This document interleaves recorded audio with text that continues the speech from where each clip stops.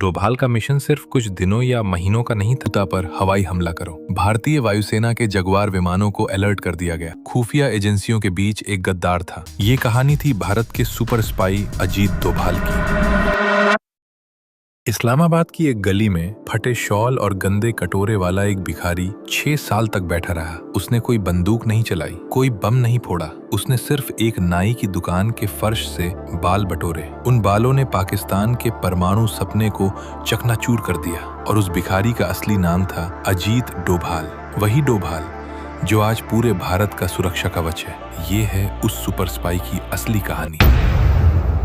साल 1980, पाकिस्तान की राजधानी इस्लामाबाद।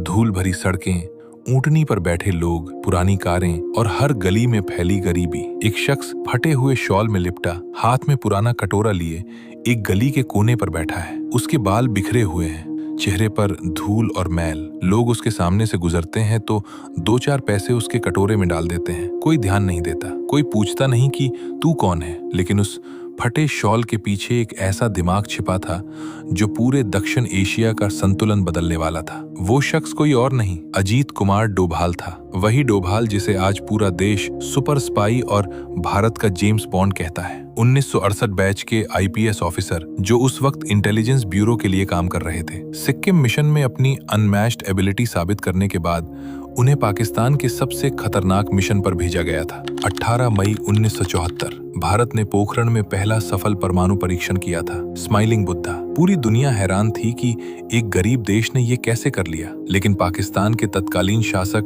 जिया-उल हक के लिए ये करवट बदलने वाला पल था। उसने ठान लिया, अगर भारत के पास बम हो सकता है तो पाकिस्तान के पास भी होगा। चीन और नॉर्थ कोरिया की मदद से पाकिस्तान ने अपना गुप्त परमाणु कार्यक्रम शुरू कर दिया। भारत को सबूत चाहिए था, वो सबूत जो पूरी दुनिया के सामने रखा जा सके। और वो जिम्मेदारी आईबी ऑफिसर अजीत डोभाल के कंधों पर आ गिरी। उनका निशाना था कहूता, इस्लामाबाद के पास बसा एक छोटा सा गांव। ऊपर से देखने में बिल्कुल साधारण, लेकिन इसी गांव में छिपा था खान रिसर्च लेबोरेटरीज, पाकिस्तान का परमाणु बम बनाने वाला गढ़। वैज्ञानिक, सुरक्षा गार्ड, गुप्तचर, सबकी सख्त रूटीन। इस लैब के अंदर के राज पूरे क्षेत्र की ताकत का संतुलन बदल सकते थे। लेकिन इस किले में घुसना आसान नहीं था। अगर कोई भारतीय एजेंट पकड़ा गया तो सिर्फ उसकी मौत नहीं होगी, पूरा भारत अंतर्राष्ट्रीय स्तर पर बदनाम होगा। डोभाल को एक ऐसा तरीका चाहिए था जो किसी को शक न हो। डोभाल ने वो तरीका ढूंढ निकाला। सबसे साधारण, सबसे नजरअंदाज किया जाने वाला वेश, भिखारी। टूटी हुई चप्पल,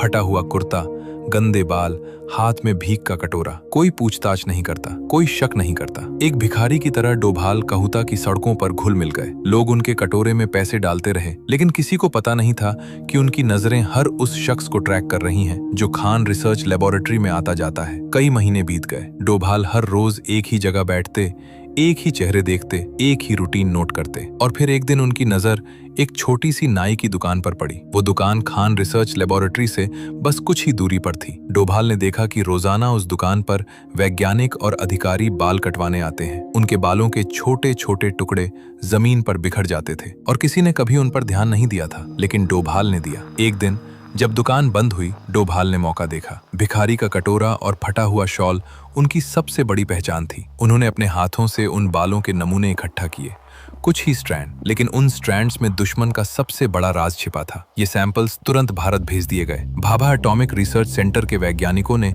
जब इन बालों का परीक्षण किया तो नतीजों ने सबको चौंका दिया। उन बालों में यूरेनियम और रेडिएशन के निशान मिले। सबूत साफ था, पाकिस्तान परमाणु हथियार बना रहा था और उसने हथियार ग्रेड यूरेनियम को एनरिच कर लिया था। डोभाल का मिशन सिर्फ कुछ दिनों या महीनों का नहीं था, ये 6 साल तक चला। हर रोज मौत का खतरा, हर सांस पर खतरा। उन्हें हर रोज सुबह उठकर फिर से वही भिखारी बनना था, फिर से वही गंदे कपड़े पहनने थे, फिर से उसी गली के कोने पर बैठना था। उन्होंने अपने अपने नाम को छोड़ा, अपनी पहचान को छोड़ा। वो कोई और बन गए थे। और इस दौरान एक बार भी अगर उनकी पहचान खुल रही होती तो न केवल वे मारे जाते, बल्कि भारत की पूरी इंटेलिजेंस सिस्टम खतरे में आ जाती। पाकिस्तानी इंटेलिजेंस एजेंसी ISI उनसे पूछताछ करती और वहां से भारत के कई राज एक्सपोज्ड हो सकते थे। लेकिन डोभाल रुके नहीं। उन्होंने अपना काम जारी रखा, चुपचाप, बिना किसी को पता चले। उनके धैर्य और साहस ने उन्हें एक जीवित लेजेंड बना दिया। लेकिन किस्मत को एक और परीक्षा लेनी थी। जब डोभाल लाहौर में एक मकबरे के पास से गुजर रहे थे, उस समय डोभाल मुस्लिम वेशभूषा में थे। वो लगभग एक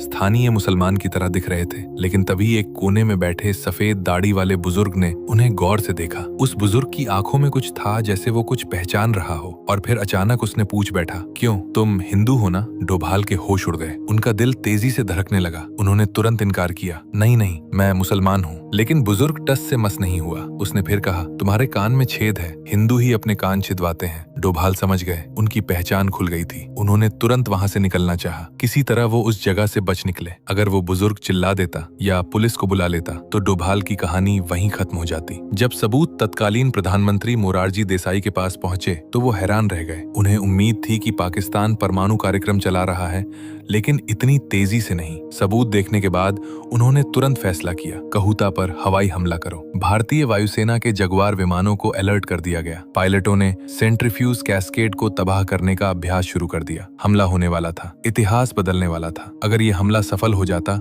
तो पाकिस्तान का परमाणु कार्यक्रम कभी सफल नहीं होता। दक्षिण एशिया का पूरा जियोपॉलिटिक्स नक्शा बदल जाता। लेकिन तभी एक बड़ा धोखा हुआ। खुफिया एजेंसियों के बीच एक गद्दार था और उसने ये प्लान अमेरिका को बता दिया। अमेरिकी खुफिया एजेंसियों को ये प्लान पता चल गई। CIA ने तुरंत पाकिस्तान को चेतावनी दे दी। अमेरिका के लिए पाकिस्तान एक अहम सहयोगी था, खासकर अफगानिस्तान में सोवियत यूनियन के खिलाफ जंग में। वो नहीं चाहता था कि भारत पाकिस्तान के परमाणु कार्यक्रम को तबाह करे। जवाब में पाकिस्तान ने भाभा एटॉमिक रिसर्च सेंटर पर हमले की तैयारी शुरू कर दी। मोरारजी देसाई के सामने एक मुश्किल फैसला था, हमला करें या पीछे हटें। अंततः उन्होंने हमले की प्लान को रद्द कर दिया। उन्होंने जिया उल हक के झूठ पर भरोसा कर लिया कि पाकिस्तान के न्यूक्लियर प्लांट सिर्फ शांतिपूर्ण उद्देश्यों के लिए हैं। सोचिए, अगर वो हमला हो जाता तो आज का इतिहास कुछ और होता। शायद आज पाकिस्तान के पास परमाणु बम नहीं होता। डोभाल का काम यहीं खत्म नहीं हुआ। साल 1988 पंजाब में खालिस्तानी आतंक का दौर, खून, बम ब्लास्ट, अंधाधुंध हत्याएं। टेररिस्ट ने गोल्डन टेम्पल कॉम्प्लेक्स के अंदर खुद को बैरिकेड कर लिया। सरकार इस बार कोई गलती नहीं करना चाहती थी। डोभाल ने एक ऐसा प्लान बनाया जिसे सुनकर किसी को यकीन नहीं हुआ। वो खुद अंदर घुसेंगे। इस बार वेश था रिक्शा चालक का, गंदी धोती, फटी कमीज, पुराना रिक्शा। ऐसा लगता था कि कोई मजदूर अपनी रोजी रोटी के लिए भटक रहा है। डोभाल ने मंदिर के अंदर प्रवेश किया, आतंकियों से बातचीत की, उनका भरोसा जीता। उन्होंने दावा किया कि वो ISI एजेंट है, पाकिस्तान ने खालिस्तान कारण के लिए भेजा है। आतंकी सच में मान गए। 2 दिनों में डोभाल ने वो सब इकट्ठा किया जो सेना को चाहिए था। आतंकियों की सटीक संख्या, उनके हथियार, उनकी पोजीशन। 9 मई 1988 को ऑपरेशन ब्लैक थंडर 2 शुरू हुआ। स्नाइपर्स ने एक एक करके आतंकियों को निशाने पर लिया। 10 दिनों की घेराबंदी के बाद 18 मई को बचे हुए आतंकियों ने सरेंडर कर दिया। गोल्डन टेम्पल को बिना बड़े खून खराबे के आजाद करा लिया गया। डोभाल का नाम ऑफिशियल रिपोर्ट में कहीं नहीं था। कोई पुरस्कार नहीं, कोई तारीफ नहीं, लेकिन उनके काम के बिना ये ऑपरेशन कभी सफल नहीं होता। दोस्तों, सबसे बड़ी जासूसी वो नहीं है जिसमें आप बंदूक लहराते हैं। सबसे बड़ी जासूसी वो है जिसमें आप पूरी तरह से गायब हो जाते हैं। ये कहानी थी भारत के सुपर स्पाई अजीत डोभाल की।